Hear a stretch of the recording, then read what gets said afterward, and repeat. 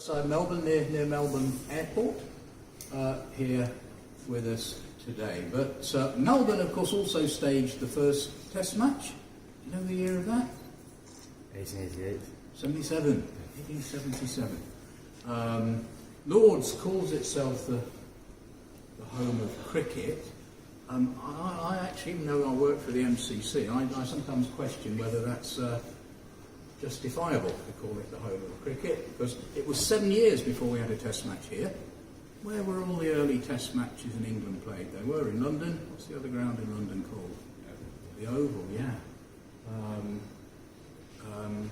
In 1882, the Australian team came all the way here, long before the days of Qantas. They had to come by boat to play one solitary Test match. Now, this has been a pretty incredible year of weather.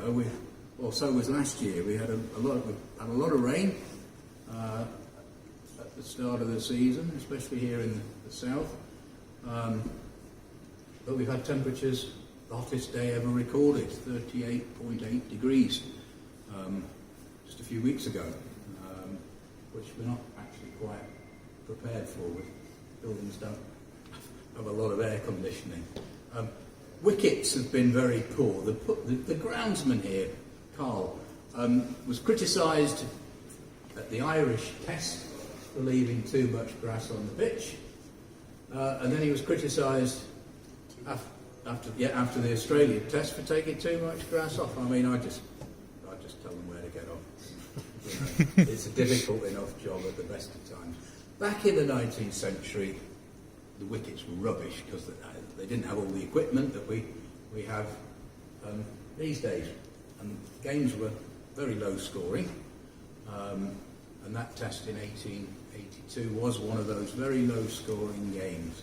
England went out to bat in the final innings with a victory target of just 85. We made a very good start because we were 51 for 2.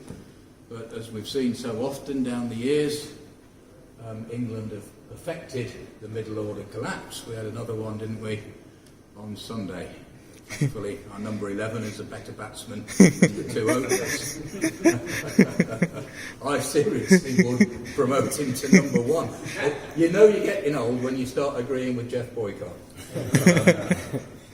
Anyway, England from 51 for 2 collapsed to 77 all out. We lost by 7 runs. The nation was absolutely devastated at the thought of England losing at home. I know we've had plenty of practice down the years, but the nation was devastated, so much so that a couple of days later, one of the national newspapers, a sporting newspaper, the Sporting Times, published an obituary for English cricket. Now, at this point on the tour, I always ask the youngsters if they actually know what an obituary is, because kids don't read newspapers these days. I haven't bought a newspaper in years. I get it all off the internet or the app on my phone. It's pretty impressive for an old man like me. I mean, an app on his phone. Do you know what an obituary is? You do? Yeah. Yes, it's what they write about people if they've died. They write nice things about them, don't they, in the newspapers? And what they said was, in affectionate remembrance of English cricket, which died at the Oval, 29th of August 1882, the body will be cremated and the ashes will be taken to Australia. Now, it was actually a humorous remark, because there was a national crisis. Nothing changes, does it? Here we are. You're even not at Parliament now. But in the good old days, when we had a Parliament, we'd had the Industrial Revolution. People moved from the countryside into the towns. So people in Worcestershire would have moved. A lot of people would have gone to Birmingham to work in factories, and the towns weren't planned properly. They hadn't thought what happens when people died. They hadn't provided cemeteries. So the government introduced cremation, which wasn't very popular. Everyone was talking about it. To the amazement of the editor of that newspaper, his little catchphrase of the ashes caught on. Everybody said we had to go to Australia that winter to bring the ashes back. So again, no British Airways, we had to get on a boat sail all the way to Australia. It took them 8 weeks. And when they arrived, they were met in the docks at Melbourne by William Clark. He was the president of our sister club in Melbourne. I always mention at this point, if you're an MCC, Australian MCC member, and you're paid to come on the tour, go to the box office and get your money back, because we have a reciprocal Lunch on me? Yeah, are you paid? I paid you. Right. You can have a word with stewards downstairs and you can get money. Yeah. There you go. I'll see you in the tavern. You can buy me a beer. For sure. Right.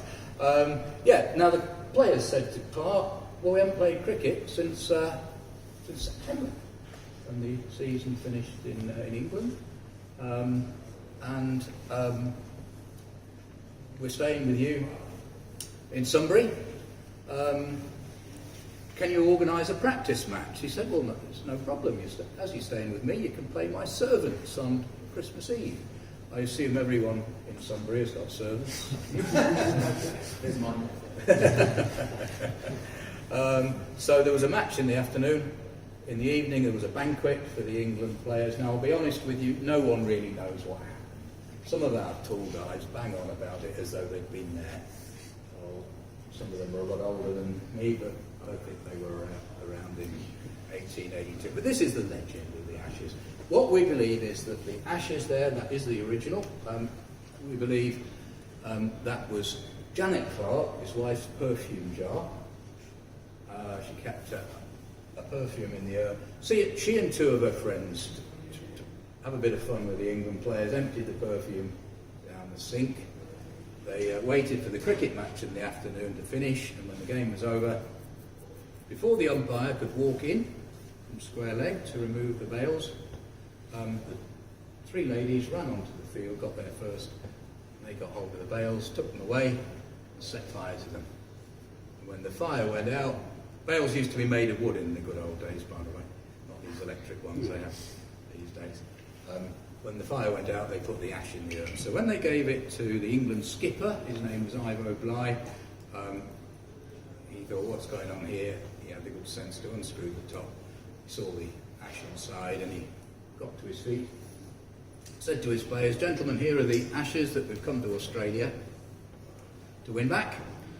And the series started the following week. I'm delighted to say we got off to a good start because we won the Ashes series 2-1. He brought the urn home. It was a Christmas present. It wasn't a trophy, so we haven't stolen it or anything. It was never intended as a trophy. It was a bit of a joke, really. He brought it home. He put it on his mantelpiece. When he died in 1927, he left it to the MCC, and it's been here ever since. It's been to Australia twice, 1988, long before you lads were born. It was the year of your bicentenary in Australia. All the celebrations, of course, weren't in Melbourne. They were in New South Wales, where the first settlers had landed. There was a test match at the SCG in January 1988, which I actually went to. Wasn't a very good game, really. But that was the first time the Ashes had been back. Now, I've mentioned I'm going to Australia in January. It'll be my 5th visit. That's how much I'll be honest, that's how much I love Australia.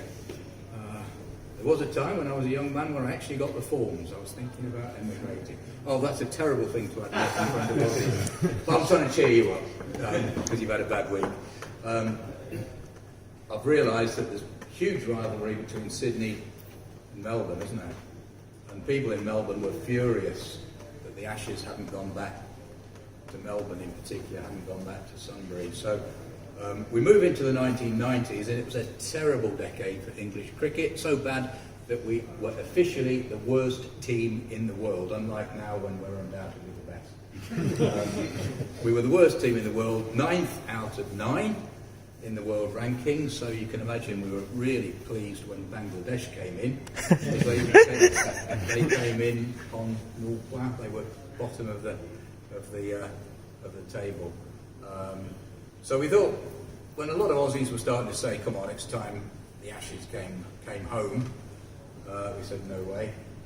So we organised another tour. It went out with the England team of 2006-2007, which, it has to be said, was not the best tour England have ever had, because we lost very narrowly, 5-0.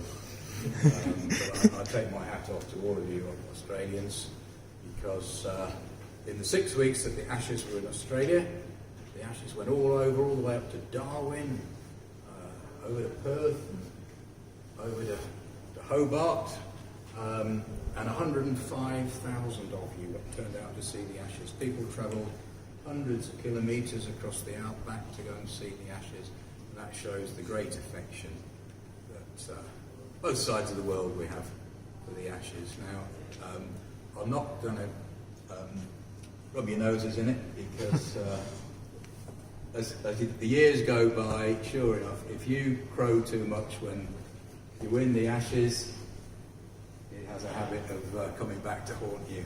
It was very soon on the other foot. It's amazing